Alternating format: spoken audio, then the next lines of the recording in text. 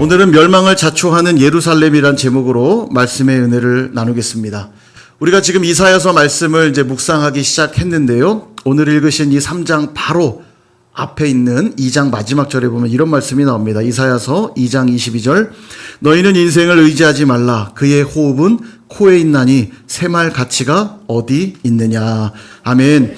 인생이라고 하는 말 안에는 모든 것이 다 담겨 있습니다. 희로애락이 다 들어있죠. 우리 인생이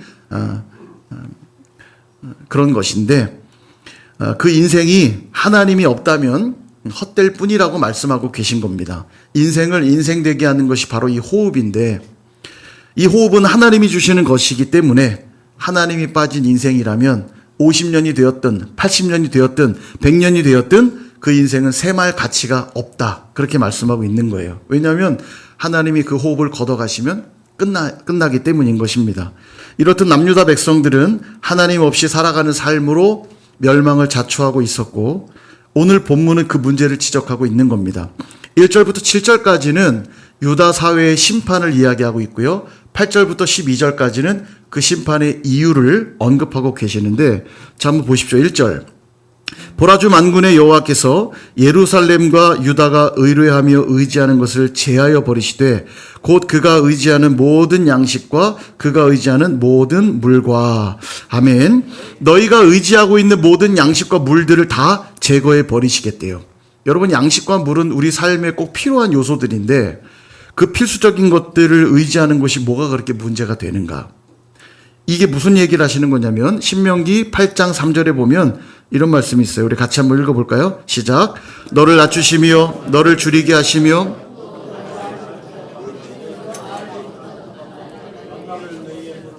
사람이 떡으로만 사는 것이 아니요 여호와의 입에서 나오는 모든 말씀으로 사는 줄을 내가 알게 하려 하심이라. 아멘.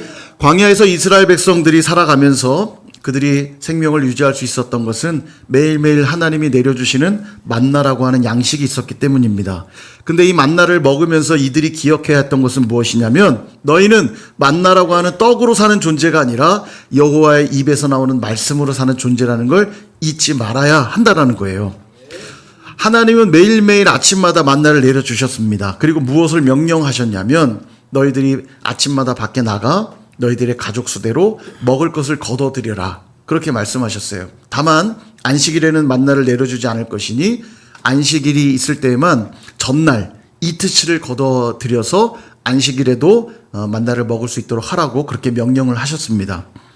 그러니까 누구만 만나로 배를 불리울 수 있냐면 하나님이 말씀하신 그대로 순종하는 자들만 만나를 먹을 수 있는 거예요. 만약 믿지 못하거나 게을러서 순종하지 못하게 되는 일이 생긴다면 만나를 거둬들이지 못할 것이니 그들은 쫄쫄 굶게 되겠죠. 그러니까 그들을 살게 하는 힘은 어디에 있는 겁니까? 만나에 있는 겁니까? 예, 하나님의 말씀에 있는 거죠. 이 말씀에 순종하여 나가 만나를 거둬들이는 자들은 양식을 먹는 것이지만, 말씀에 순종하지 않아요 만나를 거둬들이지 않는다면 그들은 굶게 되는 것입니다. 그러니까 너희들을 살게 하는 힘은 만나라고 하는 떡과 양식에 있는 게 아니라 하나님 말씀에 있다. 이거를 40년간 훈련 받은 거예요. 여러분, 너무 당연한 얘기 같은데도 이 훈련 하나 받는데 40년씩 걸렸다면 결코 쉬운 훈련이 아닌 겁니다. 우리도 동일하죠. 오늘도 우리를 살게 하는 것은 양식이기 전에 하나님 말씀에 순종하는 것이 있다라는 것을 우리는 기억해야 하는 겁니다. 한번 생각을 해보십시오. 만나를 줍기 위해서는 아침에 일찍 일어나야 되고요, 밖에 나가는 수고를 해야 되고요, 그리고 직접 만나를 거둬들이는 노력도 해야 합니다.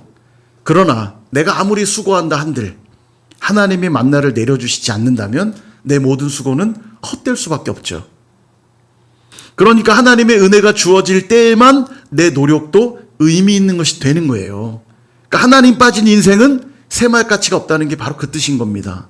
내가 열심히 살면 될 것 같지만 하나님의 은혜가 내게 주어지지 않는다면 내 노력은 헛된 것이 될 뿐이니, 50년을 산다 한들 80년을 산다 한들 100년을 산다 한들 그 호흡을 거두시는 분은 하나님이시니 하나님이 없는 인생이라면 100년을 살아도 새말 가치가 없다, 헛된 인생이 된다는 거예요. 우리도 직장을 가고 사업을 하며 열심히 돈을 벌죠. 벌어들인 돈으로 생활을 이어갑니다. 그것이 우리에게는 만나일 수 있어요. 필요한 거죠, 물론. 이 만나를 거둬들이기 위해서 아침 일찍 일어나서 출근을 하고 사업을 하고 사람을 만나고 공부를 하고 여러 가지 수고들을 감당합니다. 그러나 결국 이 모든 수고를 헛되지 않게 하기 위해서 필요한 것은 하나님의 은혜 아니던가요? 질문해 볼게요. 여러분, 건강은 어디서 온 것입니까? 여러분들이 살아갈 만한 환경은 누가 제공해 주신 거죠? 공기값은 지불하셨습니까? 햇빛값은 내셨나요? 미세먼지로 탁해져서 숨쉬기도 버거운 이곳에 비를 내려서 깨끗한 공기를 만들어주신 하나님, 그 청소비들은 내고 계신 겁니까? 우연처럼 다가온 우리 삶의 많은 환경과 사건들은 어떻습니까? 오늘도 우연처럼 만난 손님들, 동역자들, 친구들, 이 모든 일들의 대가는 다 지불하고 계신 겁니까? 이렇게 묵상을 하고 나니 오늘도 내가 하고 있는 이 노력보다도 내 노력으로는 할 수 없는 것들이 더 많다는 것을 우리는 깨닫게 됩니다. 이것을 안다면 어떻게 하나님을 의지하지 않을 수 있겠냐는 거예요. 어떻게 내 노력과 내 열심으로만 양식과 물이 공급된다고 여겨서 그것만 의지하며 살아갈 수 있냐는 거예요. 뿐만 아니라 2절과 3절에 보면 용사와 전사와 재판관과 선지자와 복술자와 장로와 50부장 귀인 모사 정교한 장인 능란한 요술자, 많은 사람들이 언급되고 있죠. 이 모든 사람들은 사회를 지탱하는, 말하자면 지도자들이라고 할 수 있습니다. 정치, 경제, 군사, 종교, 문화, 예술 등등 모든 분야를 이끌어가는 이 지도자들, 이들을 세우시는 분도 하나님이시거늘 너희들은 어찌 하나님은 보지 못하고 그 사람들만 의지하고 있냐는 거예요. 여러분, 사회를 지탱하는 많은 지도자들이 있기 때문에 사회가 유지되는 건 맞습니다. 그러니까 그 지도자들이 하나님인가요? 그건 아니죠. 양식과 물을 먹어야 살지만 양식과 물이 하나님인가요? 그건 아니죠. 근데 이들은 지금 그러고 있다는 거예요. 주신 분이 하나님이신데 그것은 깨닫지 못하고 양식과 물만을 의지하며 살고 지도자만을 붙들며 사니 이 모든 것들을 내가 제거해 버리겠다는 겁니다. 심판을 언급하시는 거죠. 그 결과가 어떻게 되느냐. 4절을 보니까 그가 또 소년들을 그들의 고관으로 삼으시며 아이들이 그들을 다스리게 하겠다, 이렇게 말씀해요. 여기 소년과 아이라고 하는 개념은 어리석은 자들을 말해요. 어리석은 자들이 지도자가 되니 어떤 일이 벌어지는가? 혼돈과 무질서가 이어지는데 5절을 보세요. 백성들이 서로 학대하게 될 것이고 이웃들을 잔해하고 아이는 노인에게 비천한 자는 존귀한 자에게 교만을 떨 것이고, 심지어는 6절, 혹시 사람이 자기 아버지의 집에서 자기 형제를 붙잡고 말하기를 너에게는 겉옷이 있으니 너는 우리의 통치자가 되어 이 폐허를 네 손 안에 두라 할 거라는 거예요. 여러분, 지도자가 사라져버리니까 혼란해지지 않겠습니까? 그랬더니 이들이 하는 짓이란, 야, 네가 나보다 겉옷이 하나 더 있으니까 네가 좀 우리 지도자가 돼서 이 어려움을 좀 해결해 봐라. 여러분, 이쯤 되면 사회가 혼란하고 무질서하게 되면 우리가 하나님을 놓치고 있었구나. 우리 삶을 평안하게 하시고 우리 삶을 복되게 하신 분이 하나님이셨는데 우리가 그것을 잊어버리고 이렇게 혼돈과 무질서 가운데 놓이게 되었으니 다시 우리 하나님께 돌아가자 해야 되는데 이들이 하는 짓이라고 가서 네가 나보다 겉옷이 하나 더 있으니까 네가 우리 지도자 돼서 문제 좀 해결해 봐라. 여러분, 얼마나 비참한 상황에 빠졌는지를 볼 수 있는 겁니다. 성경은 지도자의 중요성을 여러 곳에서 말해요. 엘리 제사장이 있을 때 영적으로 우둔한 그로 인해 이스라엘은 암흑과 같았습니다. 그러나 그 다음 세워진 사무엘을 통해 이스라엘은 빛과 같이 영광스러운 시간들이 이어지죠. 이스라엘의 첫 번째 왕이었던 사울이 세워졌을 때 이스라엘은 암울했지만 그 다음 세워진 다윗을 통해 이스라엘은 최고 전성기를 구가하게 됩니다. 왕정시대도 그랬어요. 우상숭배하는 왕들이 있을 때는 각종 이방인들의 침략과 재앙이 반복됐지만 하나님을 잘 섬기는 왕들이 있을 때는 이스라엘이 번영했고 축복을 받았거든요. 그러면 지도자가 중요하다는 뜻이냐? 아니요. 그 지도자를 세우시는 분이 하나님이시니 정말 중요한 것은, 나라의 흥망성쇠를 결정하는 것은 지도자가 아니라 지도자를 세우시는 하나님이라는 걸 성경은 계속 말씀하고 있는 거예요.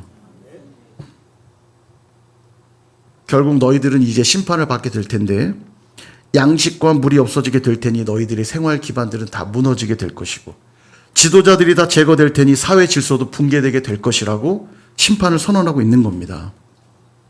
그럼 이들은 왜 이런 심판을 받아야만 했는가? 그 이유, 8절부터 12절이 심판의 이유를 말한다고 했죠. 그 이유를 설명합니다. 8절을 한번 볼까요? 같이 읽어보겠습니다. 시작. 예루살렘이 멸망하였고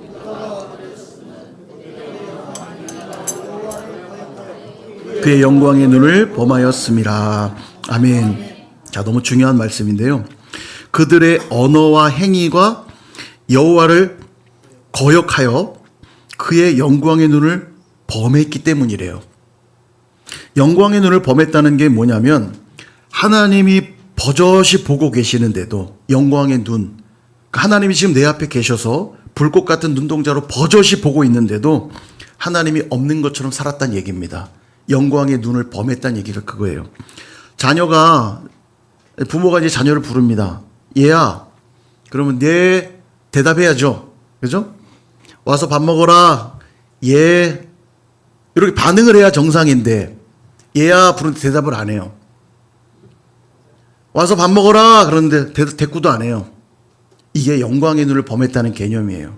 부모를 없는 취급하는 겁니다. 그러니 당연히 불순종하겠죠.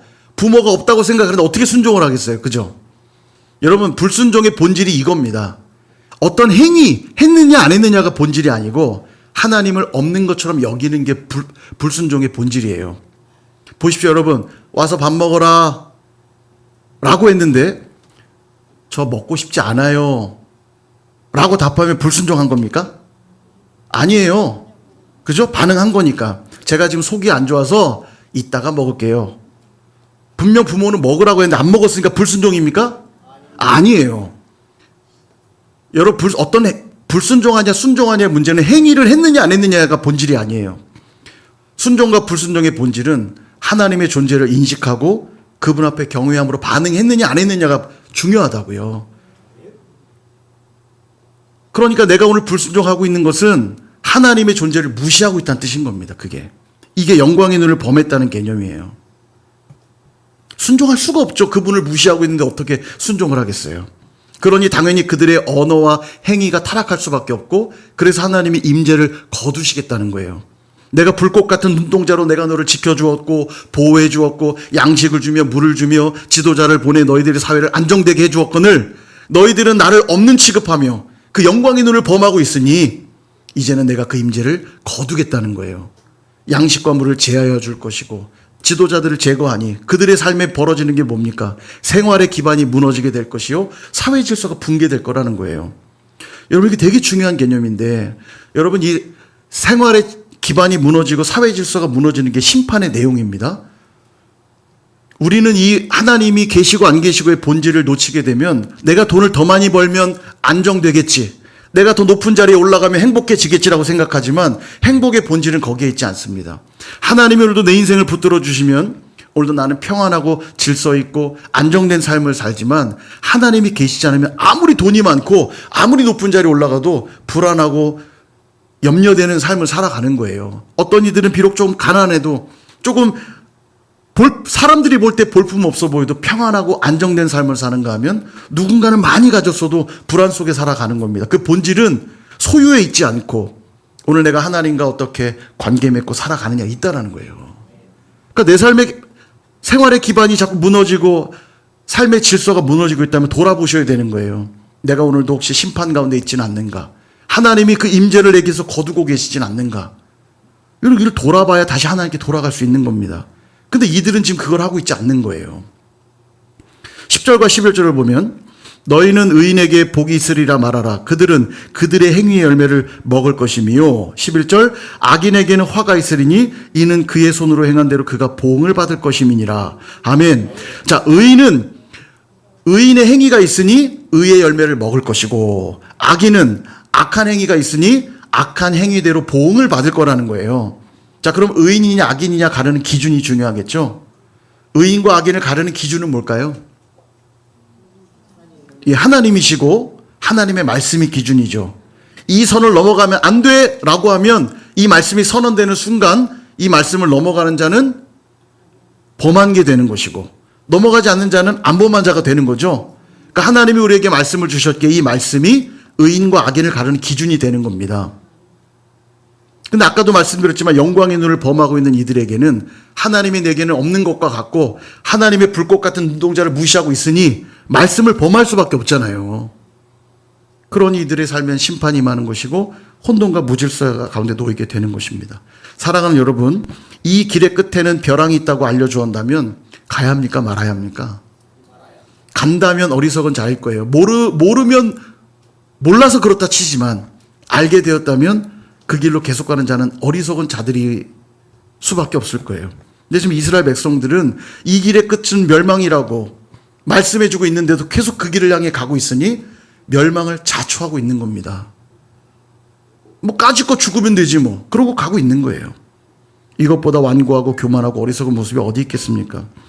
그러므로 우리 또한 멸망을 자초하지 않기 위하여서 어떻게 해야 되는지 오늘 말씀을 통해 세 가지로 적용해 보고자 합니다. 첫 번째는 우상을 제거하라는 거예요. 하나님은 이들에게 분명 먹을 양식과 물을 제공해 주셨습니다. 그런데 이 양식과 물을 주신 하나님은 보지 못하고 양식과 물만을 의지하고 있으니 하나님이 이제는 그 양식과 물을 거두겠다는 거죠. 오늘날로 말하면 물질이 하나님 되고 있다는 뜻입니다. 물질이 전부니까요. 물질은 중요합니다. 물질이 있어야 살아갈 수 있고 교회에서도 물질이 있어야 사역할 수 있고 선교할 수 있잖아요. 물질은 필요한 겁니다. 그러나 우리 성도들은 알아요. 물질이 중요하지만 물질이 필요하지만 우리가 물질을 사랑하지는 않습니다. 물질을 주신 하나님을 사랑하고 섬기죠. 맞죠? 그럼에도 불구하고 물질이 중요하다는 생각에 물질이 필요하다는 생각에 물질이 하나님 되기 시작하면 그것은 우상이고 하나님은 이 우상을 제거해 버리시겠다는 거예요. 그래야만 그 우상이 헛되다는 것을 알게 될 테니까요. 참 사람은 어리석은 것 같아요. 있을 때 감사하면 참 좋은데 꼭 잃어버리고 나야 그제서야 그것이 중요하고 필요하다는 것을 깨닫게 되니 하나님이 내 인생에 필요하다는 걸 꼭 잃고 나서야 깨닫고 망하고 나서야 깨달으면 얼마나 이 안타까운 일입니까? 그죠? 제가 이제 자녀들의 생일이 저희 수아 수민이가 7월 생일이에요. 둘 다. 저에게는 부담일까요? 아니면 기대일까요? 자녀들의 생일은. 예, 지금 부담이라 하신 분들은 자녀들이 부담스러우시군요. 예. 아이고, 이제 나 주머니 털렸네. 큰일 났네. 이런 생각 할까요? 자녀에게 좋은 거 주고 싶어요. 관찰합니다. 생일이 다가오면 지켜봐요. 우리 아이한테 필요한 게 뭘까? 그리고 정말 모를 땐 물어봐요. 요즘에 너 필요한 게 뭐야? 생일 선물을 준비하려고 하는 거죠. 물어도 보고. 그리고 이제 선물을 준비하면 생일이 오기를 기다리죠. 빨리 주고 싶어요. 왜냐하면 이 선물을 줬을 때 자녀가 기뻐할 모습을 막 기대하기 때문입니다. 근데 자녀가 생일이 되어서 선물을 줬어요. 근데 부모를 기뻐하는 것이 아니고 이 선물만 좋아해. 부모한테는 관심이 없어. 그럼 부모 마음이 어떨까요? 속상하죠. 여러분, 부모를 기뻐하면 다음에 더 좋은 선물을 또 주고 싶겠죠? 이게 너무 당연한 원리 아닙니까? 그죠? 근데 맨날 선물밖에 볼 줄 몰라요. 참 안타까운 일이죠. 동일합니다. 우리 삶의 많은 것들을 오늘 하나님이 우리에게 베풀어 주셨어요. 우리에게 은혜를 허락해 주셨죠. 근데 이걸 까마득히 잊어버리고 그 자체가 하나님 되어서 그것만 즐거워하고 그것만 붙들고 있다면, 그것이 우상이 되고 있다면 얼마나 안타까운 일입니까? 이것들을 빨리 제거하고 다시 우리의 마음과 시선을 하나님께 고정하실 수 있기를 바랍니다. 그럴 때 혼돈과 무질서한 우리의 삶은 평안과 축복의 삶으로 바뀌게 될 줄로 믿습니다. 두 번째는 말씀으로 기준을 세우라는 거예요. 지도자들이 하나님을 무시하고 우상 숭배를 묵인하게 될 때 하나님이 이 지도자들을 제거한다 하셨죠. 지도자들의 권위를 다 뺏겠다는 이야기입니다. 그러니 지도자가 사라진 이 사회에 어리석은 자들이 그 지도자의 자리를 꿰차게 되니 사회가 혼돈과 무질서 가운데 놓이게 될 겁니다. 여러분, 기준이 불분명한 사회는 고통스러운 사회가 됩니다. 기준이 없어지니까 이제는 마음대로 해도 되는구나. 우리는 자유로운 사회구나. 너무 좋구나. 그럴 것 같지만 결코 그렇지 않습니다. 법이 없는 사회를 우리 무법천지라고 그러죠. 무법천지. 법과 제도가 확립되지 않아서 질서가 무너진 사회를 말하는 표현이에요. 무법천지. 좋은 사회는 어떤 곳이냐? 법과 질서가 잘 정비된 세상이 좋은 사회입니다. 자연 만물을 보세요. 우리 대자연을 보면 너무 아름답죠. 봄이 되면, 여름이 되면, 가을이 되면, 겨울이 되면 일어나는 여러 자연현상들을 보면서 행복해요. 이것을 아는 사람들은 그래서 여행도 다니는 거 아닙니까? 그죠? 자연 법칙 속에서 이 온 우주가 돌아가고 있습니다. 세상은 자연 법칙이란 용어를 쓰지만 우리는 알아요. 하나님이 이 온 우주를 관리하고 다스리고 계시기 때문입니다. 얼마 전에도 태풍이 있었어요. 막 비도 불고 바람이 불고, 예, 그 태풍이 오면 무섭기도 하고 막 요란해지기도 합니다. 근데 그 태풍이 꼭 필요한다는 거 알고 계시죠? 지구가 전체 에너지가 균등하게 흘러야 되는데 적도는 뜨겁고 극지방은 차지 않습니까? 그러니까 여름철에 일어나는 이 태풍으로 이 열을 골고루 지구 전체로 흘려보내는 역할을 하는 게 태풍이에요. 우리가 하나님의 섭리를 알기나 합니까? 그저 내가 불편하면 나쁜 거, 내가 편하고 좋으면 좋은 거, 늘 기준은 나한테 있죠. 이 지구라고 하는 환경을 위해서는 때론 태풍도 필요한 겁니다. 하나님이 이런 것들을 다 관장하고 계시죠. 우리 어르신들 커피 마시는 거 좋아하는데 믹스커피. 예, 믹스커피 마실 때 다 커피 믹스 먼저 넣고 물 붓잖아요. 그리고 그냥 드세요? 그냥 먹으면 무슨 맛입니까? 그냥 뜨거운 맛. 커피 맛이 안 나요. 이 어리석은 거죠. 우리 어르신들 마시면 제일 우리 막내 어르신이 자, 물도 붓고요. 가보면은 여러분 막내라고 해서 우습게 보시면 안 됩니다. 결코 어리지 않습니다. 그 중에 제일 막내다 보니까 막내지. 꼬부라진 허리를 부여잡고 걸어가셔서 막 저어주세요. 막내 어르신이요. 꼭 저어야 됩니다. 저어야만 커피가 온전한 커피가 되어서 맛있게 먹을 수 있잖아요. 그런 거예요. 하나님이 지구라고 하는 거대한 이 생태계를 하나님이 다 관리하고 계신 겁니다. 강물에 더러운 것이 오염되면 시간이 지나면 스스로 자정작용을 일으켜서 깨끗해집니다. 우연일까요? 우연인가요? 그냥 시간이 지나면 다 깨끗해지는 겁니까? 이거 누군가 관리하지 않으면 깨끗해질 수 없어요. 그걸 믿는 분들이 있다면, 내버려두면 좋아진다는 걸 믿는 분이 계시다면 오늘부터 집 정리하지 마세요. 그냥 내버려 둬보세요. 한 1년 정도. 정말 깨끗해지는지. 희한하게 내 집은 관리해야 깨끗해진다는 걸 아는데, 여러분 설거지통에 가득 쌓아놓고 설거지하지 마세요. 내버려 두셔야 깨끗해지겠죠? 언젠가는 깨끗해질 거 아닙니까? 자정작용을 일으켜서 싹 깨끗해져서, 그죠? 희한하게 근데 이 자연은 우연히 돌아간다고 생각하는 사람들이 있어요.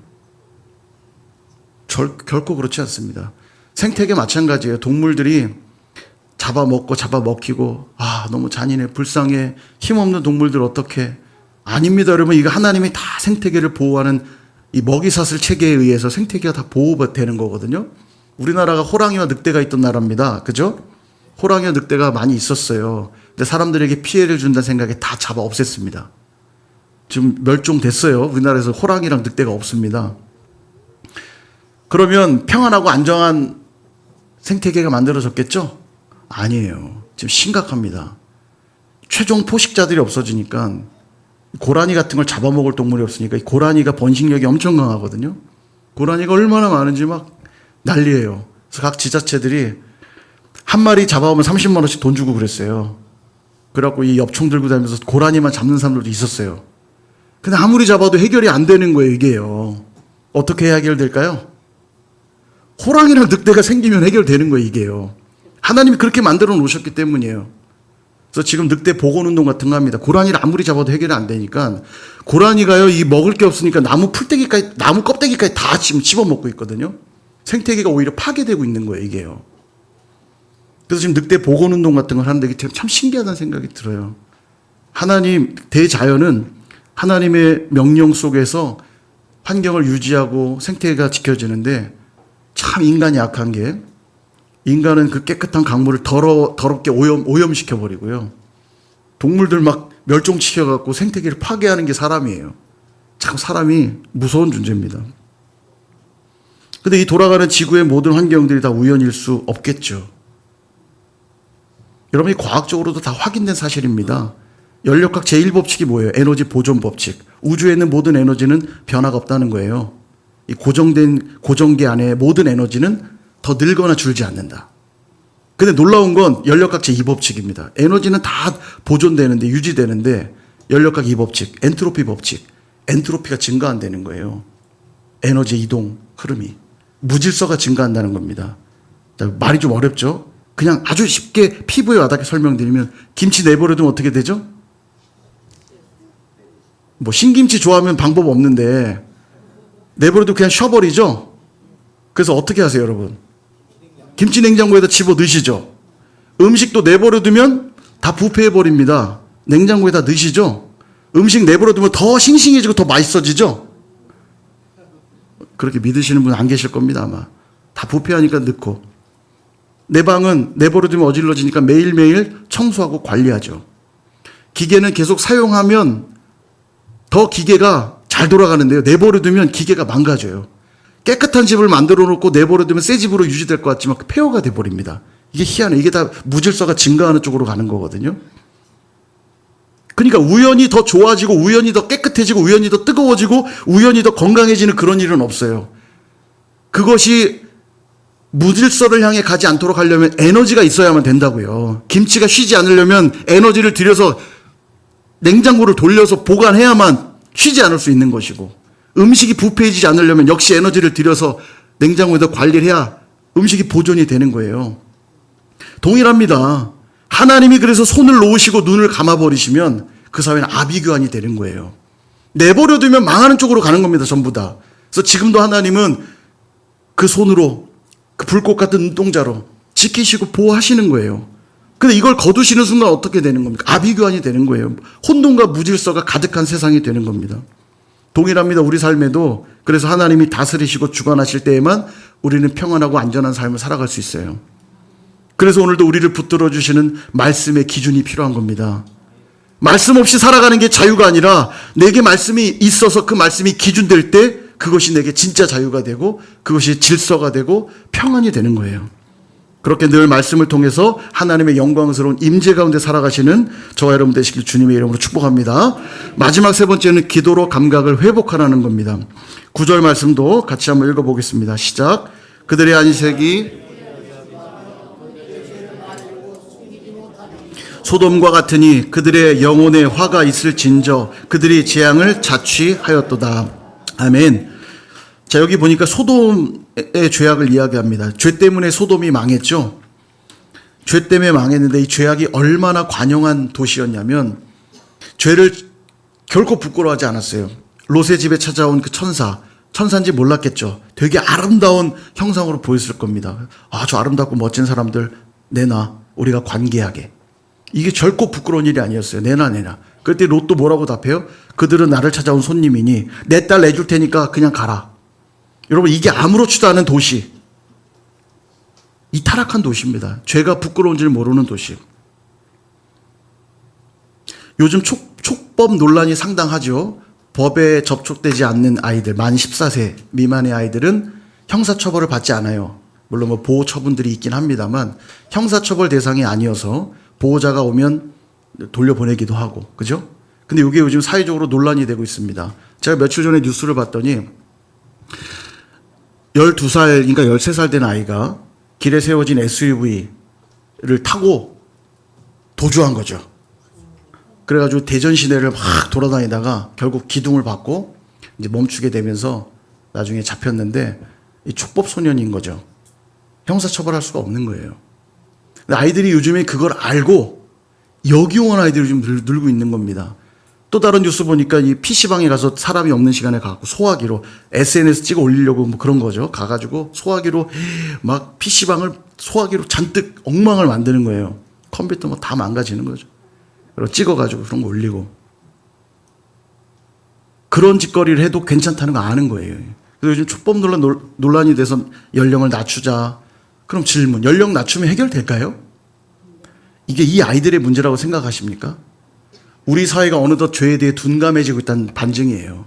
아이들이 그런 사회를 보고 배우는 겁니다. 아이들이 뭐 처음부터 알아서 뭘 행동하는 게 아니죠.